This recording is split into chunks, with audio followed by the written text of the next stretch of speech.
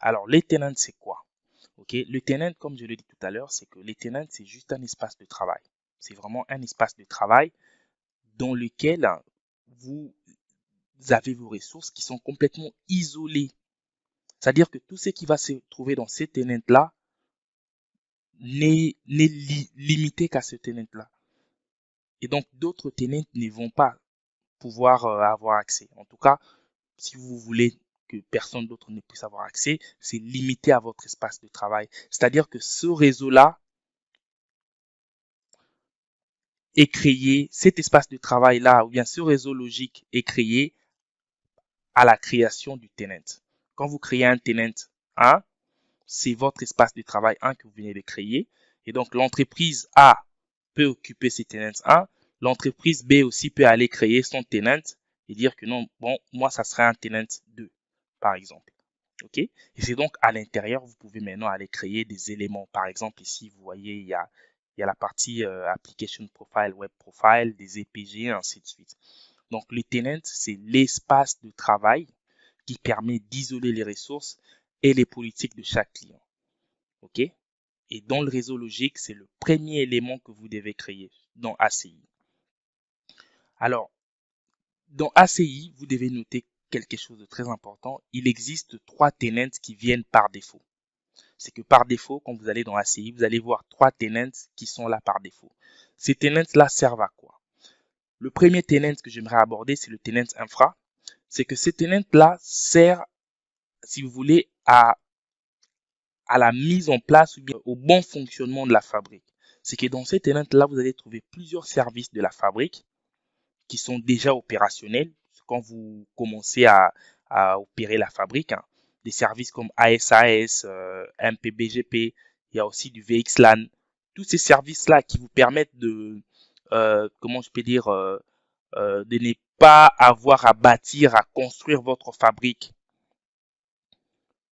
sont activés au niveau du tenant infra. Donc, vous n'avez rien à faire. Ce tenant-là, il vient par défaut parce qu'il vous permet en fait, il supporte en fait le service de la fabrique. Ensuite, vous avez le management tenant. Le management tenant est très important parce que c'est à ce niveau ici que vous pouvez configurer le management de votre fabrique. Si vous voulez manager vos équipements physiques, vos lifts, vos spines, si vous voulez configurer le management de ça, comment est-ce que quel IP de management vous allez leur donner et tout et tout et tout, c'est à travers le management tenant que ça se fait.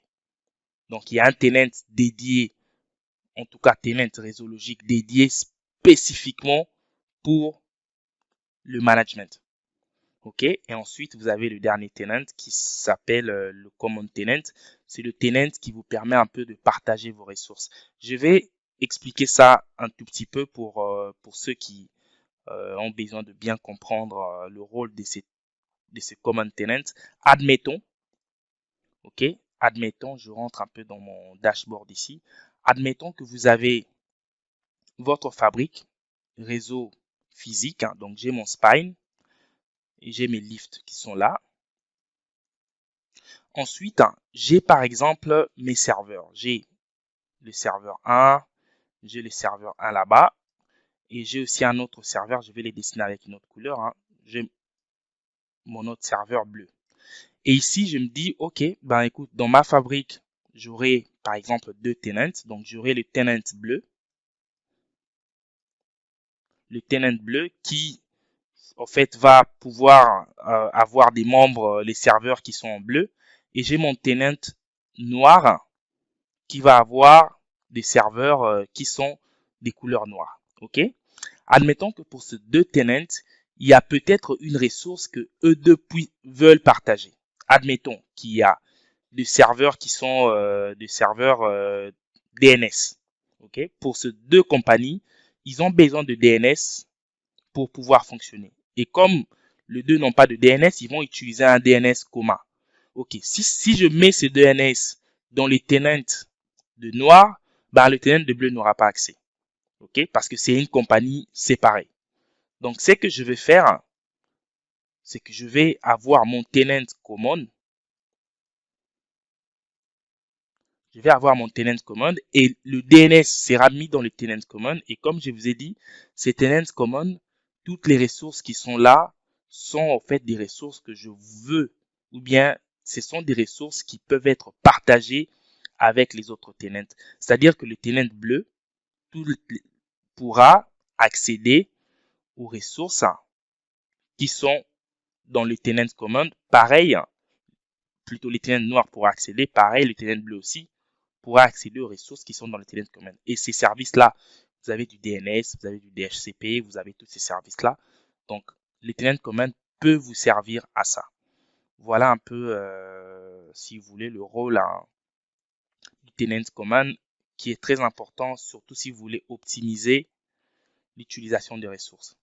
Voilà les trois tenants. Mis à part les trois tenants ici par défaut, c'est à vous d'aller créer vos tenants en fonction du besoin, bien sûr. Donc, une fois que vous créez votre tenant, retenez bien, c'est un espace de travail complètement isolé. Les ressources, le politique que vous faites là-dedans ne concernent que votre tenant. Maintenant, une fois qu'on a créé nos tenants, c'est quoi la prochaine étape? On va voir maintenant, ça sera les EPG. Et c'est la suite de mon slide.